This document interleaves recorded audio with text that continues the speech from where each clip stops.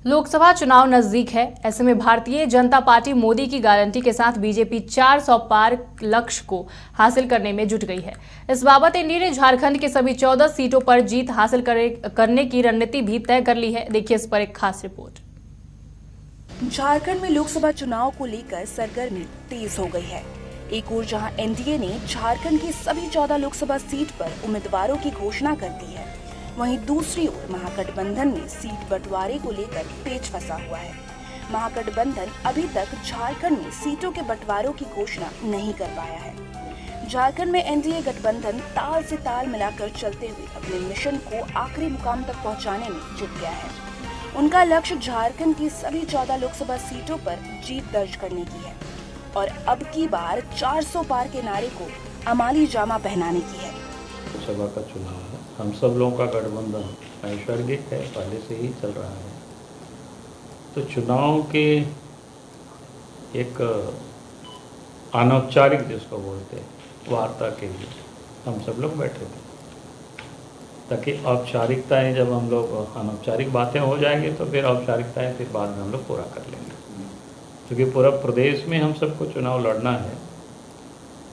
तो पूरा प्रदेश में हम लोग किस प्रकार से चुनाव लड़ें, कैसे लड़ें, ताकि पूरी ताकत एनडीए गठबंधन की सभी लोकसभा क्षेत्रों में एकजुट होकर के हम लोग चुनाव लड़े, पूरी ताकत के साथ चुनाव लड़े और 14 के 14 लोकसभा हम लोग जीते। उस दृष्टिकोण से हम सब लोग आज अनौपचारिक रूप से एक वार्ता किए थे। सवेरे बोले आते हैं, चाय पीते हैं। पार्लियामेंट इलेक्शन है और घटक दल हम लोग मिलके हमारा कमिटमेंट है पूरे दोनों दलों का और सहयोगियों का कि हम लोग राज्य के सभी 14 लोकसभा को हमें पार्टी के पक्ष में, एनडीए के पक्ष में लाना है और एक बड़ी जीत दिलानी है। इसी संदर्भ में पार्टी के शीर्ष नेताओं के साथ विचारों का आदान प्रदान, लड़ने की रणनीति, ये सारे क्रमबद्ध रूप से चलेंगे। लोकसभा चुनाव के साथ ही झारखंड में दल बदल का सिलसिला भी शुरू हो गया है।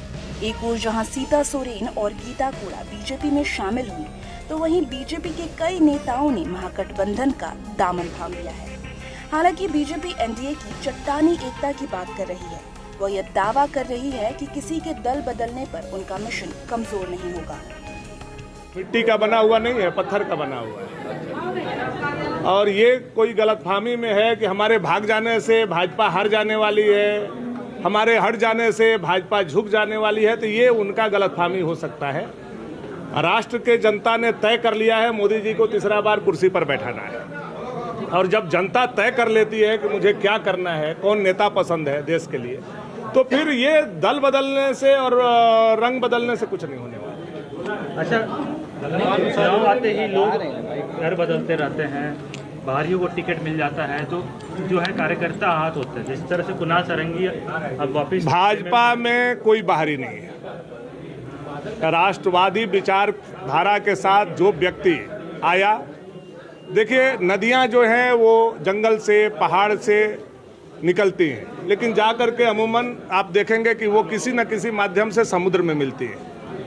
भारतीय जनता पार्टी राजनीतिक समुद्र है, कई कई नदियां निकलती हैं और आकर के समाहित होती हैं इस समुद्र में। एनडीए जहां झारखंड में 14 सीटों पर जीत हासिल करने के लक्ष्य को लेकर पूरी तरह तैयार है, वहीं अब उनका ये सपना सच होगा या अधूरा रह जाएगा, ये देखने वाली बात होगी। समाचार प्लस के लिए सहयोगी नवल के साथ संजीव सिन्हा की रिपोर्ट।